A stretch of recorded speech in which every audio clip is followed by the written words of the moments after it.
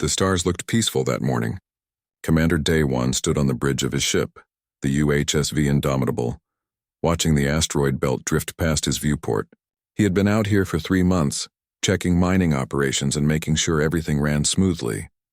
It was boring work, but someone had to do it. Earth was far away. Too far.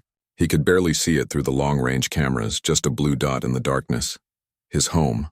12 billion people lived there, going about their lives, never knowing what was coming. Day-One checked his watch. 600 hours Earth time. His daughter would be waking up for school right now. He smiled, thinking about calling her later.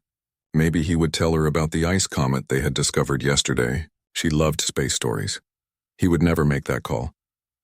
The sensors started screaming first, not the gentle beep of normal contacts, but a harsh wailing that made everyone on the bridge jump. Lieutenant Hae-Sung spun in his chair, his face going pale as he read the data. "Sir, we have contacts. Multiple contacts. They just appeared out of nowhere near Earth. Pirates?" Day-One asked, already knowing the answer. "Pirates did not appear out of nowhere. Pirates did not travel in groups of 50. Negative, sir. These are... I have never seen anything like this. They are huge. Each one is 5 times the size of our largest battleship." Day-One felt his blood turn cold. He moved to the sensor station and looked at the screen. 50 massive shapes surrounded Earth like predators circling prey. They had appeared instantly using technology humanity did not possess. Technology humanity did not even understand. "Get me Earth Defense Command, now." Static filled the speakers. Then screams, "They are firing. Oh God, they are firing on the cities. Seoul is gone. Lagos is..." The voice cut off into white noise. Day-One grabbed the edge of the console so hard his knuckles turned white. "Show me." The main screen switched to Earth's orbital cameras. What Day-One saw would haunt him forever. Beams of purple light fell from the alien ships like rain. Where they touched the ground, entire cities vanished. Not exploded. Not burned. Simply ceased to exist, as if they had been erased from reality itself. Seoul disappeared in 3 seconds. One moment, 20 million people were there. The next moment, there was only a perfectly smooth crater where the city had been. "No," Day-One whispered. "No, no, no."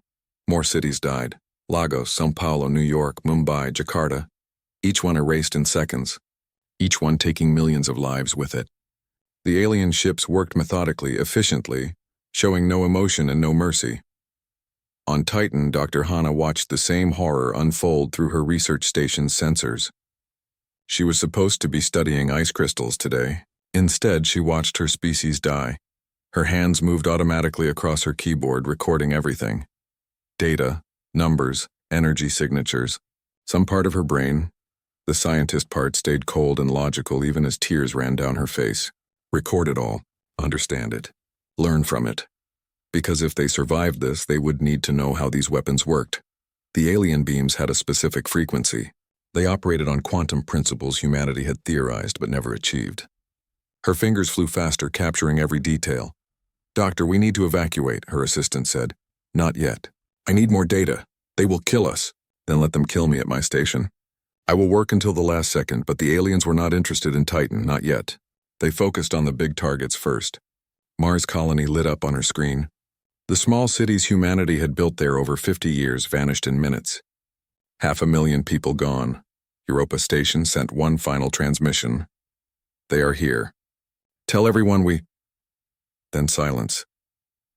In the asteroid belt, in a mining station called Ceres, Young-Soo received the news in the middle of his shift. He was a simple man, a mining engineer who spent his days drilling through rock and ice. His wife lived on Earth with their 2 children. Seoul. They lived in Seoul, he tried calling them. The line was dead. He tried again. Dead. Again. Dead. His supervisor found him an hour later, still pressing the call button, his face blank and empty. Young-Soo had stopped crying. There were no tears left. There was only a hole where his heart used to be, and something cold filling that hole. Something angry.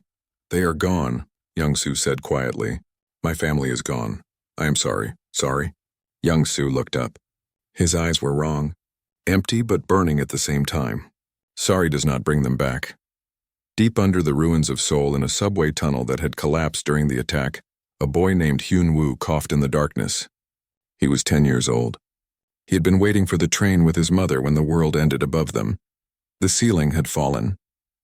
Concrete and metal everywhere. His mother had pushed him into a corner, covering him with her body. She was not moving anymore. "Mom," Hyunwoo whispered. "Mom, wake up." She did not wake up. She would never wake up. But she had saved him. In her final second, she had given him life.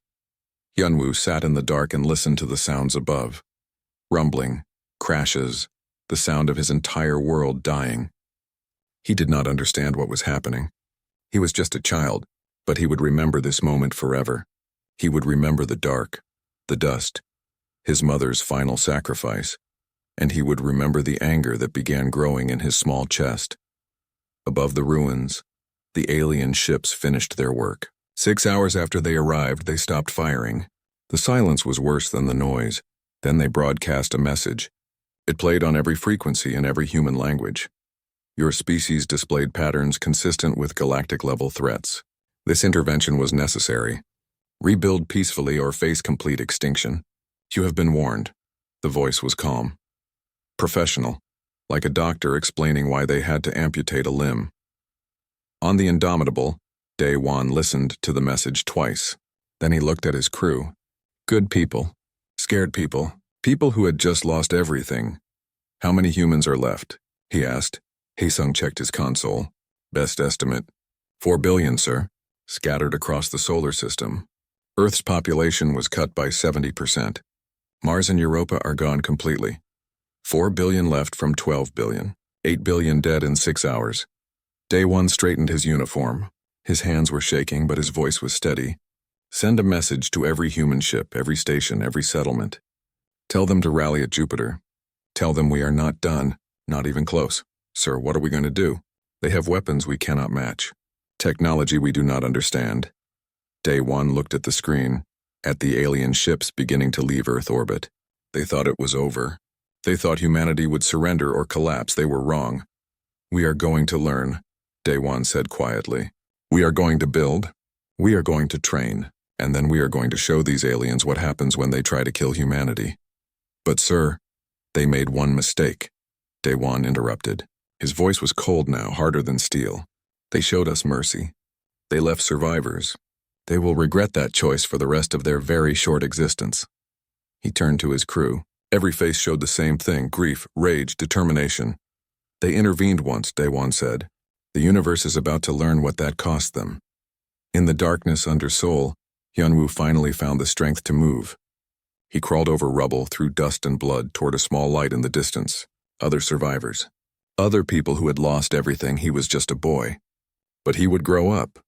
And when he did, he would remember this day. He would remember what they had done to his world, to his mother, to his people. The aliens had tried to break humanity. Instead, they had forged something harder than diamond, sharper than any blade.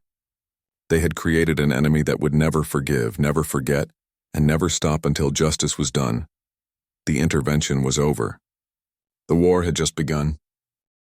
The first week was chaos. Survivors dug through rubble looking for loved ones. Refugee ships fled from Earth's poisoned atmosphere. Communication networks struggled to reconnect. Nobody knew who was alive and who was dead. But by the second week, something strange began to happen. Humanity started to organize. Commander Dae-won sat in his ready room, surrounded by holographic displays showing every human settlement in the solar system. Titan Research Station, Ceres Meaning Colony, the orbital factories around Jupiter. The hidden military bases in the outer asteroid belt, scattered, damaged, but alive. He activated the general broadcast. Every screen in human space would show his face right now. "My name is Commander Dae-won. For those who do not know me, I am nobody special. Just a ship captain who was far from home when our world ended." He paused, choosing his words carefully. 8 billion of our people are dead. Our cities are gone. Our beautiful Earth is dying. The aliens who did this think we are finished. They gave us a warning and left us to collapse. He leaned forward, his eyes hard. They were wrong. We are not finished. Not even close. Every person listening to this broadcast, I need you to understand something. We are going to survive. We are going to rebuild. And we are going to make them pay for what they did. The transmission reached Dr. Hana on Titan. She was still at her workstation, still recording data. She had not slept in 3 days. Her team kept trying to make her rest, but she refused. "Did you hear the commander's speech?" her assistant asked. "I heard it," Hannah said, not looking away from her screens. "And he is right. We need to understand their weapons. I have been analyzing the energy signatures from the attack. And I found something interesting. Their beams operate on quantum displacement. They shift matter out of phase with our dimension. It is brilliant, really elegant." "Doctor, how can you be so calm?" Hannah finally looked up. Her eyes were red from crying and from staring at screens, but they were focused, sharp. "I am not calm. I am furious. But fury without knowledge is useless. They showed us their weapons. They showed us their technology. That was their second mistake. What was their first mistake? Leaving us alive to learn from it." On Ceres Station, Young-Soo stood before a crowd of miners. 300 men and women who had all lost someone on Earth. Hard people who spent their lives breaking rocks and extracting metal from asteroids. "They need weapons," Young-Soo said simply. "Commander Daewon is gathering ships at Jupiter. Dr. Hana is developing new technology. But they need resources. They need metal. They need fuel. They need everything we can dig out of these rocks." An old miner raised her hand. "We are already working 12-hour shifts. Then we work 16. Then 20 if we have to. People will die from exhaustion." Young-Soo's voice did not change. 8 billion people already died. We can sleep when this is over. Right now, every gram of metal we mine is a bullet we can fire back at them. Every ton of ice we extract is fuel for our ships. The question is simple. Do you want revenge or do you want to be comfortable? The room was silent. Then the old miner stood up. 16-hour shifts starting tomorrow. Anyone who has a problem with that can explain it to the ghosts. Nobody had a problem with it. Across the solar system, the same scene played out in different ways. Factory workers volunteered for double shifts. Scientists shared their data freely, breaking down barriers that had existed for decades. Military personnel trained civilians in weapons and tactics. The survivors moved with a unity that had never existed before the attack. They had always been divided. Different nations, different beliefs, different goals. But the aliens had given them something stronger than any government or religion.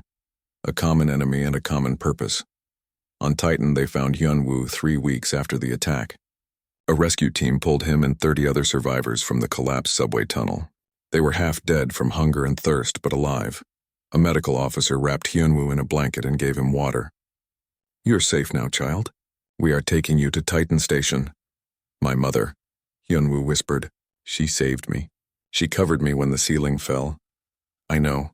You are very brave. I am not brave. I just hid in the dark." The boy looked up and his eyes were much older than 10 years. "But I will be brave. I will learn to fight.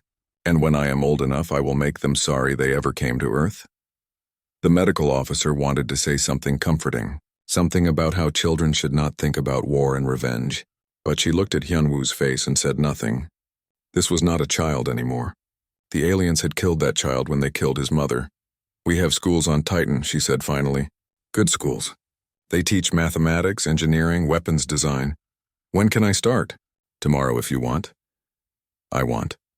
2 months after the attack, Commander Daewon held the first council meeting. Representatives from every human settlement gathered via hologram in the Jupiter orbital station. Military officers, scientists, miners, factory supervisors, all of them tired. All of them angry. "Let me show you what we have accomplished," Daewon said, bringing up displays. "In 2 months, we have built 40 new warships.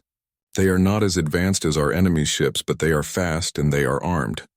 Dr. Hana's team has developed our first prototype quantum weapon. The mining colonies have exceeded production targets by 300%. We have trained 50,000 new soldiers." A colony representative raised her hand. "That is impressive, Commander. But it is not enough. They destroyed us in 6 hours. They have technology we barely understand. How can we possibly win?" Daewon smiled, but it was not a happy smile. It was the smile of a predator. "We win by being what they never expected us to be. They studied us and saw a violent, aggressive species. They were right, but they made one critical error. They thought violence was our weakness. It is actually our strength." He changed the display to show alien ship designs that Dr. Hana's team had reconstructed from sensor data. "We are not going to fight them the way they fight. We are not going to play by their rules. Humanity has survived ice ages, plagues, wars, and disasters for hundreds of thousands of years. We survived because we adapt, because we learn, because we never ever give up. Dr. Hana's hologram appeared in the center of the council. She looked terrible, thin and exhausted, but her voice was strong. I have analyzed their weapons extensively. They are superior to anything we had before the attack, but they have weaknesses. Their quantum displacement beams require enormous power. Their shields are calibrated for certain frequencies. Their ships are built for long-range combat, not close quarters. She brought up her own schematics. I have designed 3 new weapon systems. The Reaper protocol uses quantum disruption to tear apart their ship hulls. Ghost drives will let us appear right next to them before they can react. And the swarm? The swarm will eat their ships from the inside out. The council members stared at the designs. One admiral spoke up. Doctor, these weapons. They seem cruel, Hana finished. Excessive? Yes, they are. Because I designed them with one purpose, to kill aliens as efficiently as possible. They showed us no mercy. We will show them exactly the same courtesy. Young Sue's hologram spoke up. The mining guilds support this plan completely. We will provide all the resources you need, but I have one request. Name it, Day1 said. When we finally attack them, when we finally make them pay, I want to be there. Put me on a ship. Give me a weapon. Let me look into their eyes when they realize what they created. Granted.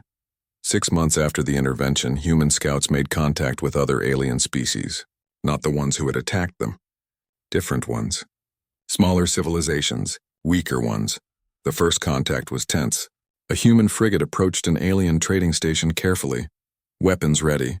The station's governor, a being that looked like a cross between a bird and a reptile, welcomed them nervously. We mean no harm, the governor said. We heard about the attack on your world. We are sorry. Sorry? The human captain's voice was cold. Were you there? Did you help them? No. We would never. We. The governor hesitated. We know what it is like. They attacked our world too, 50 years ago. They killed half our population and told us it was for galactic peace. The human captain sat back. Tell me everything, and the governor did. The story came out. The Valkyria Accord had been doing this for centuries. Whenever they found a species that seemed too aggressive, too ambitious, too dangerous, they intervened. Most species never recovered. They collapsed into primitive societies or went extinct. But a few survived, and those few remembered. How many species have they done this to? The captain asked. Dozens, maybe hundreds over their history, and nobody fought back. How could we?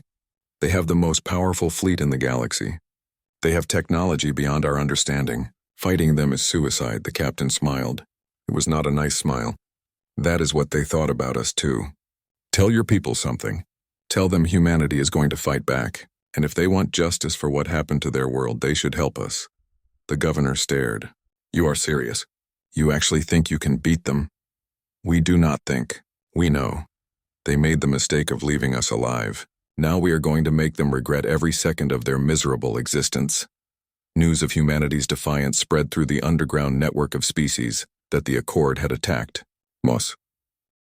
2 years had passed since the aliens destroyed Earth. The survivors no longer looked like victims. They looked like soldiers. Commander Day1 studied the holographic display showing the enemy listening post. It hung in space like a metal flower. Its sensors pointed toward human territory. Watching. Always watching. Distance? He asked. 5 million kilometers, sir. They have not detected us yet. Day1 allowed himself a small smile. Dr. Hana's stealth technology worked. Human ships could now slip through space like ghosts, invisible to alien sensors. It was just one of many improvements humanity had made. Status of all ships? 20 vessels ready for combat, sir. Reaper protocols charged. Ghost drives online. Swarm deployment ready. Good. Day1 activated the fleet communication. All ships, this is Earth's fury. For 2 years we have prepared. We have built. We have learned. Today we begin taking back what they took from us. Today we remind the galaxy that humanity does not surrender. He paused, thinking of Sol, of the 3 billion dead, of his daughter, who he would never see again. No survivors, no mercy. Show them what they created when they attacked us. All ships attack. 20 human warships dropped their stealth and accelerated toward the listening post. The alien sensors finally detected them, but too late. The aliens tried to activate their shields and weapons, but human technology was faster now. The Reaper protocols fired first. Beams of pure quantum disruption lanced through space, striking the station's shields.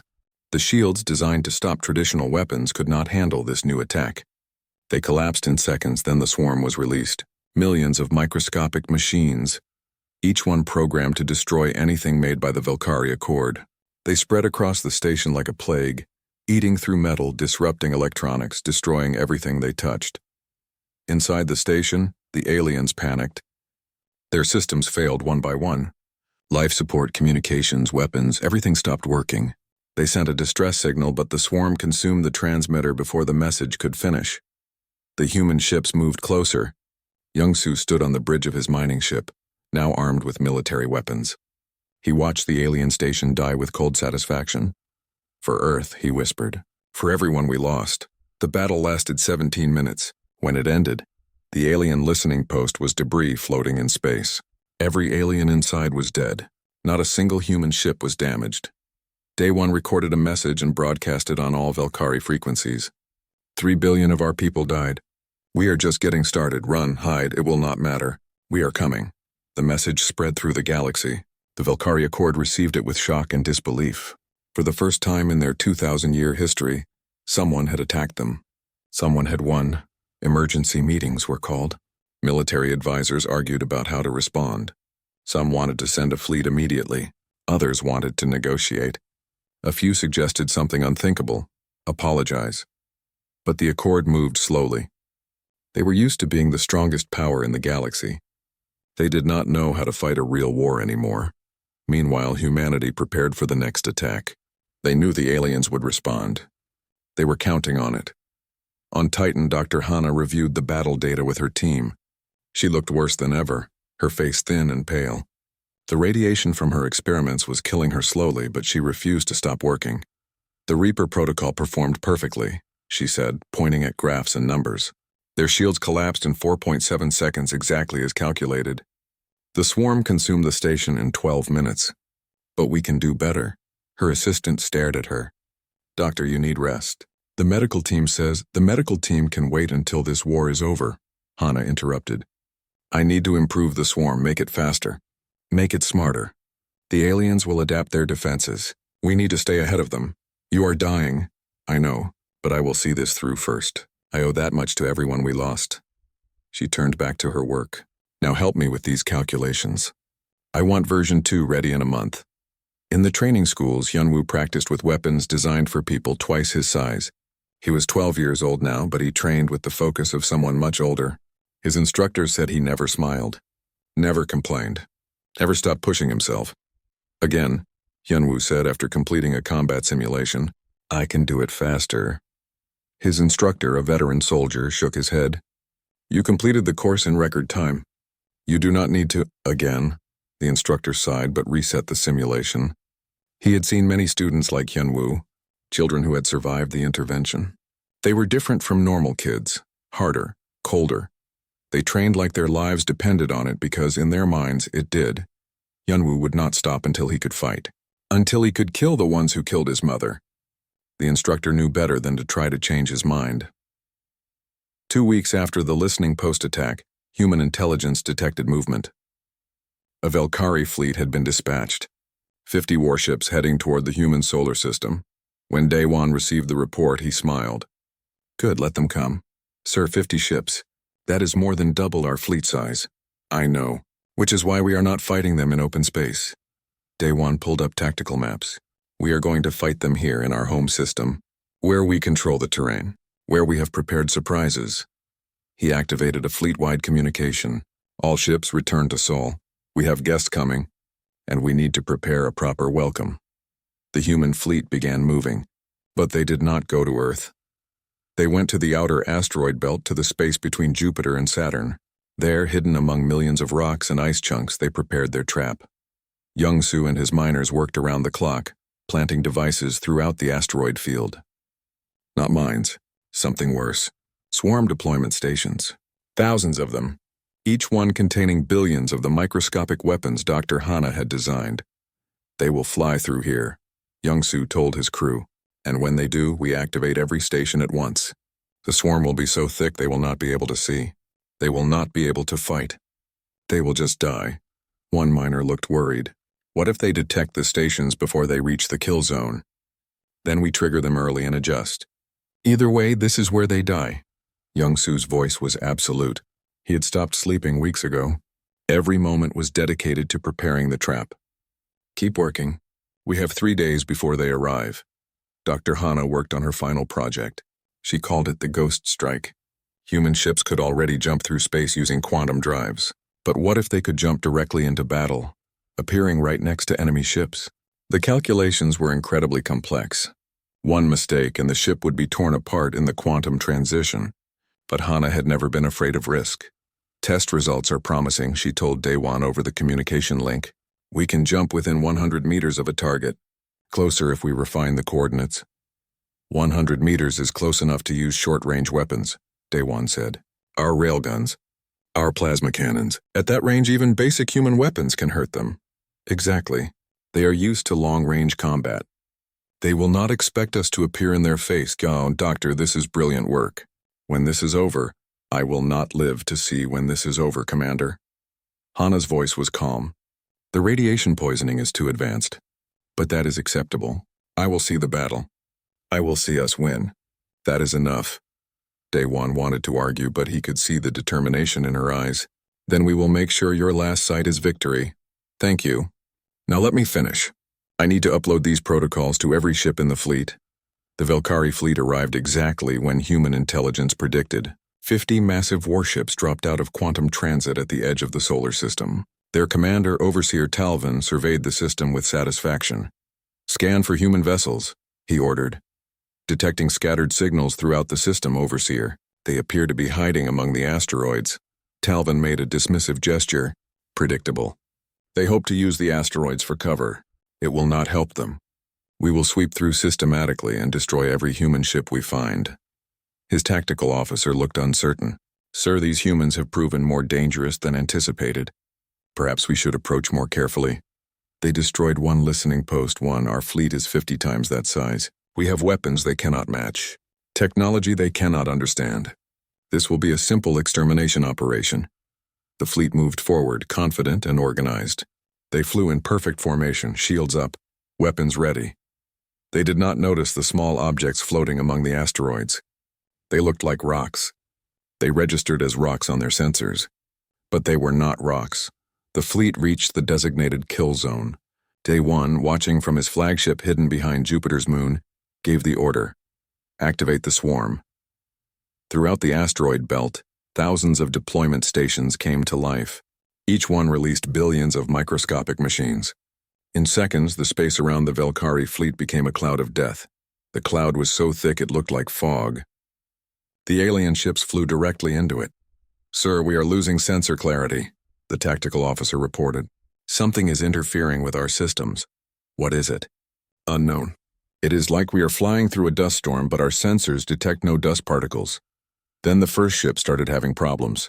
Its shields fly. 3 years had passed since humanity destroyed the Velkari fleet at Jupiter. 3 years of constant warfare across the galaxy. The war had changed everyone. Fleet Admiral Daewon looked older than his 45 years. His hair had turned completely gray. His hands shook sometimes when he thought nobody was watching. But his eyes remained hard and focused. He stood in the command center of Titan Station, now humanity's military headquarters. Holographic displays surrounded him, showing hundreds of star systems. Red markers indicated Velkari territory. Blue markers showed human-controlled space. Every day more blue markers appeared. Status report, he ordered. His new tactical officer, Lieutenant Jiwoo, brought up the latest data. We control 70 systems now, Admiral. Our fleet has grown to 800 warships. The mining colonies are producing resources faster than we can use them. And we have allies now. 17 species are providing intelligence and supplies. Good. What about our primary target? Jiwoo switched the display to show a heavily fortified planet. Velkara Prime, the Velkari homeworld. Our scouts confirm it is protected by the most advanced defense system in the galaxy. Planetary shields, orbital weapons platforms, 500 warships in permanent defense positions. And their population? 5 billion civilians, sir. Daewon studied the planet for a long moment. 5 billion people who had nothing to do with the attack on Earth. Children, families, ordinary people living their lives. He thought about Mercy. Then he thought about Sol, about his daughter who never got to grow up, about 3 billion humans who died in 6 hours. Prepare the siege fleet. We move on Velkara Prime in 1 month. Jiwoo hesitated. Sir, some of the allied species are concerned. They are asking what we plan to do with the civilian population. Tell them we will give the civilians what their military never gave us. A chance to survive. Hyun-woo was 17 now. He commanded his own frigate, the youngest captain in human history. His crew called him the Ice Commander because he never showed emotion, never smiled, never raised his voice. He sat in his captain's chair, reviewing tactical data for the upcoming siege. His ship was one of the fastest in the fleet, small, heavily armed, perfect for hit-and-run attacks. Captain, we are receiving new orders from Admiral Daewon, his communications officer reported. Hyun-woo read the orders silently. The siege would begin with a blockade. No ships in or out. Cut off supplies. Wait for the shields to fail. It was efficient, practical, but slow. Hyun-woo wanted to attack now, wanted to hurt them the way they had hurt Earth. But he had learned discipline over the years. Learned patience. Acknowledge the orders, he said. Prepare the ship for long-range blockade duty. Yes, sir. Alone in his quarters later, Hyun-woo looked at the only personal item he owned. A picture of his mother. It was damaged, burned around the edges, recovered from the ruins of Seoul years ago. Soon, he told the picture, soon they will pay for what they did to you. The siege began exactly as planned. 500 human warships emerged from quantum jumps around Velkara Prime. They positioned themselves in a perfect sphere around the planet, blocking every possible escape route. Admiral Daewon broadcast a message to the planet. It played on every frequency, in the Velkari language. People of Velkara Prime, this is Fleet Admiral Daewon of the Human Federation. Your military attacked our world 3 years ago without warning or mercy. They killed 3 billion of our people in 6 hours. Now we are here. He paused, letting his words sink in. However, we are not like your military. We do not believe in killing innocents. You have 30 days to evacuate this planet. We will provide transport ships. We will escort you safely to refugee worlds. Take your families. Take your belongings. Leave. After 30 days, this planet will be destroyed. Not the people, just the planet. We will leave it intact but empty, a monument to the consequences of attacking humanity. The choice is yours. Evacuate or stay and die. You have 30 days. The message caused chaos on Velkara Prime. The civilian government wanted to evacuate. The military wanted to fight. Arguments raged for 3 days. Then the orbital defense platforms tried to attack the human fleet. The platforms were powerful. Their weapons used the same quantum displacement technology that had destroyed Earth's cities. But humanity had learned. They had adapted. When the platforms fired, human ships simply were not there anymore. Ghost drives let them jump away and reappear somewhere else in microseconds. The alien weapons hit empty space. Human ships returned fire. Reaper protocols tore through the platform's shields. Swarm clouds consumed their weapons systems. In 2 hours, all 500 defense platforms were destroyed. The civilian government got the message. Evacuation began the next day. Humanity kept its word. Transport ships moved between the planet and designated refugee worlds. Human warships escorted them, protecting the evacuees from their own military, which wanted to force them to stay and fight. Over 25 days, 4.5 billion Velkari civilians evacuated. They took their families, their treasures, their memories. They left their homeworld behind. 500 million chose to stay. Some were soldiers, some were fanatics, some just could not believe their world would actually be destroyed. On day 30, Admiral Daewon gave the final warning. Last chance. Anyone remaining on the planet will die. We do not want your deaths, but we will not stop the attack. 300 million more evacuated in the final hours. 200 million remained. Hyun-woo volunteered for the attack run. His frigate was fast enough to penetrate the weakened defenses and deliver the payload, a series of atmospheric disruptors that would make the planet uninhabitable for centuries. Captain, we are receiving a communication from the surface here, his officer reported. It is a civilian, a child. Ignore it. Sir, she is saying, I said ignore it. Hyun-woo's voice was ice. He knew what the child would say. Please do not attack. We are innocent. Have mercy. He had said similar things trapped in a dark tunnel 7 years ago. Nobody had listened. All ships begin the attack. The human fleet fired simultaneously, not the city-destroying beams the Velkari had used on Earth. Something different. Weapons designed to destroy the planet's ecosystem without harming the structures. It was strangely beautiful. Purple light cascaded across the atmosphere. The oceans began to boil. The air turned toxic. In 6 hours, Velkara Prime became a dead world. The buildings remained. The cities stood empty, but nothing could live there anymore. 200 million Velkari died. They had been warned. They had been given chances. They chose to stay. Hyunwoo felt nothing as he watched. No satisfaction, no guilt, just emptiness. This was what justice looked like. Cold and absolute. Mission accomplished, Admiral. Velkara Prime is dead. Confirmed. All ships return to formation. Our work here is done. News of Velkara Prime's destruction spread through the galaxy like fire. The Velkari Accord, already weakened by years of defeats, finally collapsed. 3 member species withdrew completely. 2 others signed peace treaties with humanity. The Velkari themselves, scattered across dozens of refugee worlds, lost all will to fight. Their fleet, once 500 ships strong, had been reduced to less than 50. Their government fragmented into competing factions. One faction sent ambassadors to Titan Station. They came in a small unarmed vessel, broadcasting peace signals continuously. Admiral Daewon met them in a conference room. No weapons, no guards, just 1 exhausted human and 3 terrified aliens. You destroyed our homeworld, the lead ambassador said. Her voice shook. You killed 200 million of our people. You destroyed dozens of our cities, Daewon replied calmly. You killed 3 billion of our people.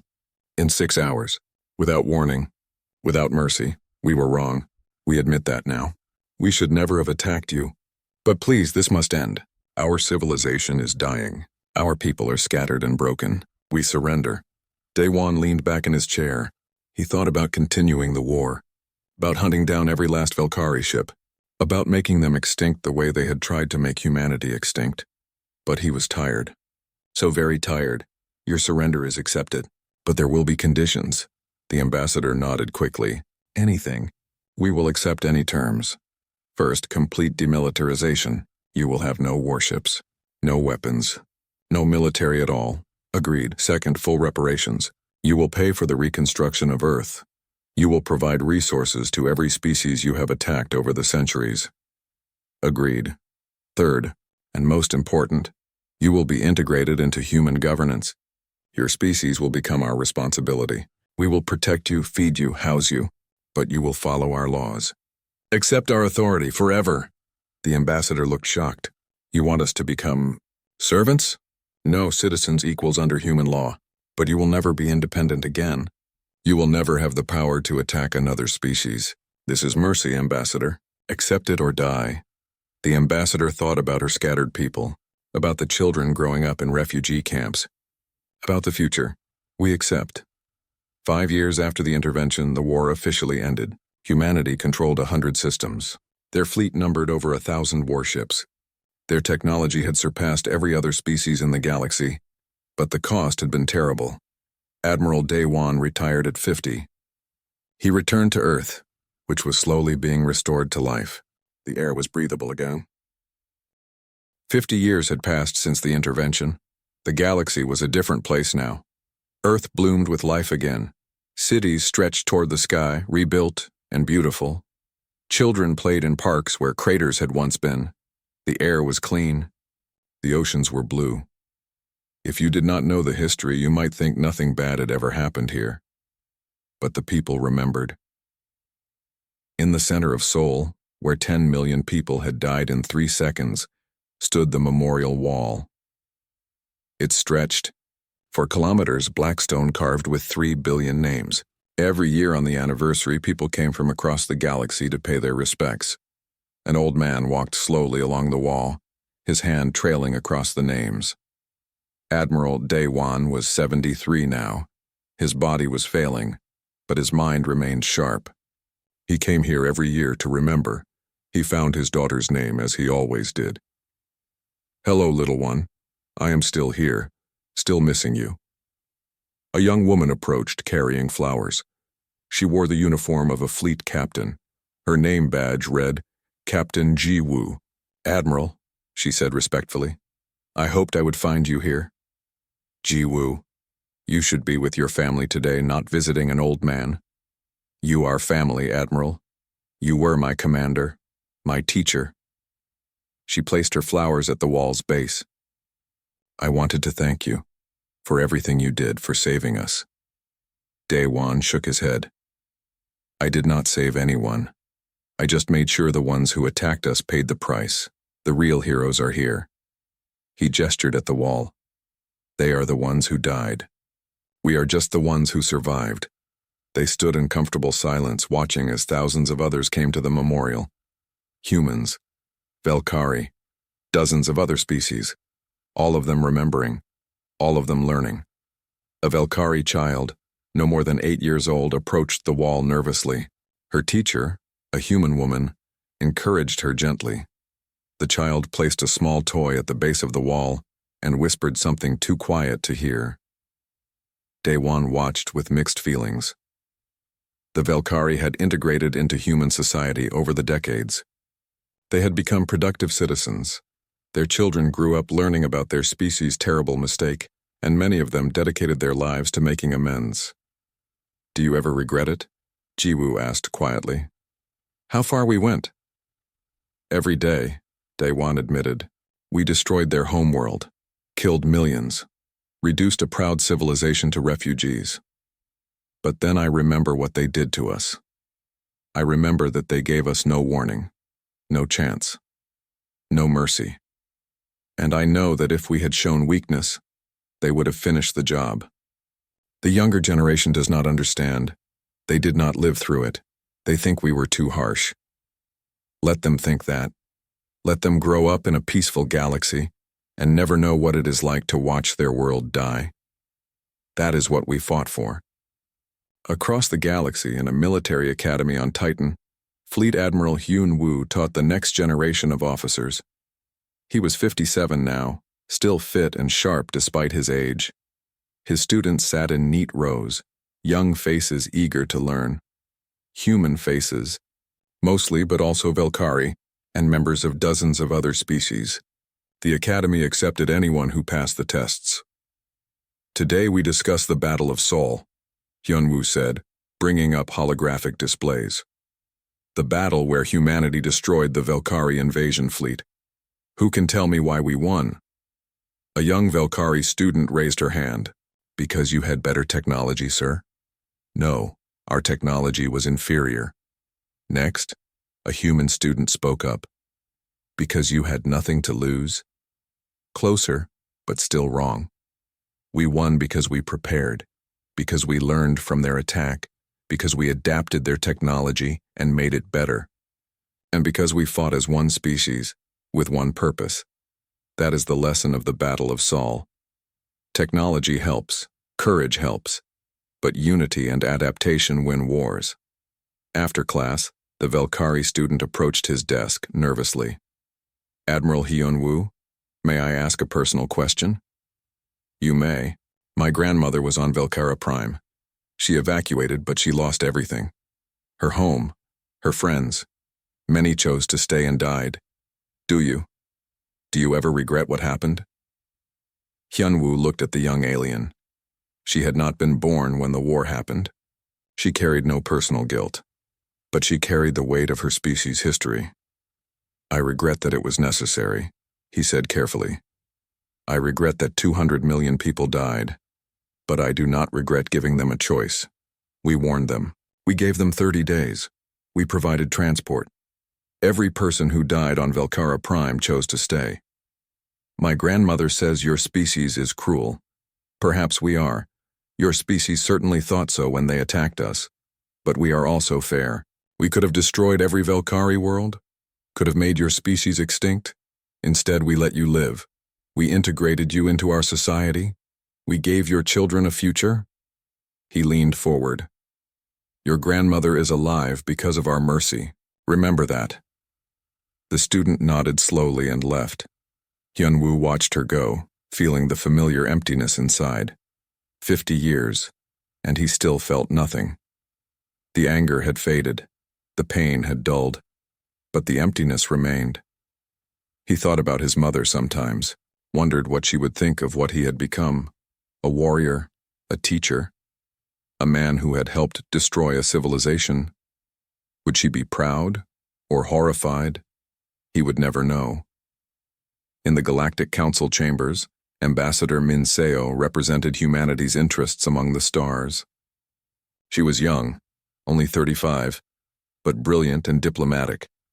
Today's session discussed a new crisis.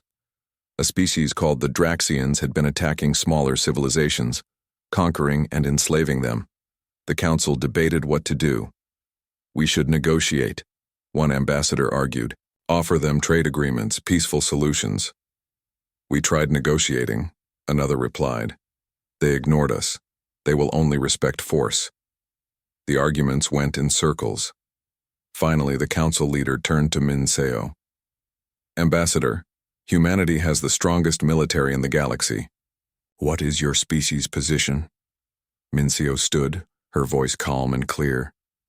"Humanity learned a hard lesson 50 years ago. We learned that bullies do not stop until they are stopped. That strength without mercy is tyranny, but mercy without strength is suicide." She activated a display showing human fleet movements. "We have dispatched a battle group to the Draxian border. We have sent them a message: stop attacking innocent species or deal with us. We do not want war, but we will fight if we must. And if we fight, we will win." "You threaten another species," one ambassador said, shocked. "After what happened to the Velkari." "We do not threaten. We promise. The Draxians can choose peace. If they choose war, the consequences are on them. This is the Day One doctrine. Leave others alone and you will be left alone. Attack the innocent and humanity will respond." Always, the council was silent. They knew humanity was serious. Everyone knew what happened when humanity went to war. 2 weeks later, the Draxians chose peace. They withdrew from the conquered worlds, signed non-aggression pacts, and began negotiations for trade. They did not do this because they suddenly became peaceful. They did it because they studied human history and decided fighting humanity was suicide. The lesson had been learned. The galaxy was more peaceful because everyone remembered what happened to the last civilization that attacked humans. On the anniversary celebration, Admiral Day One gave his last public speech. He stood at the memorial wall, his voice broadcast across the galaxy. 50 years ago, the Velkari Accord attacked Earth. They killed 3 billion of our people. They thought they were preventing a threat. Instead, they created something they could never defeat: a united humanity with nothing to lose. He paused, looking at the sea of faces. Human, Velkari, hundreds of other species. We fought back. We won. We destroyed their fleet, conquered their worlds, and ended their civilization as they knew it. Many of you watching this think we went too far, that we were too cruel, too harsh. Perhaps you are right.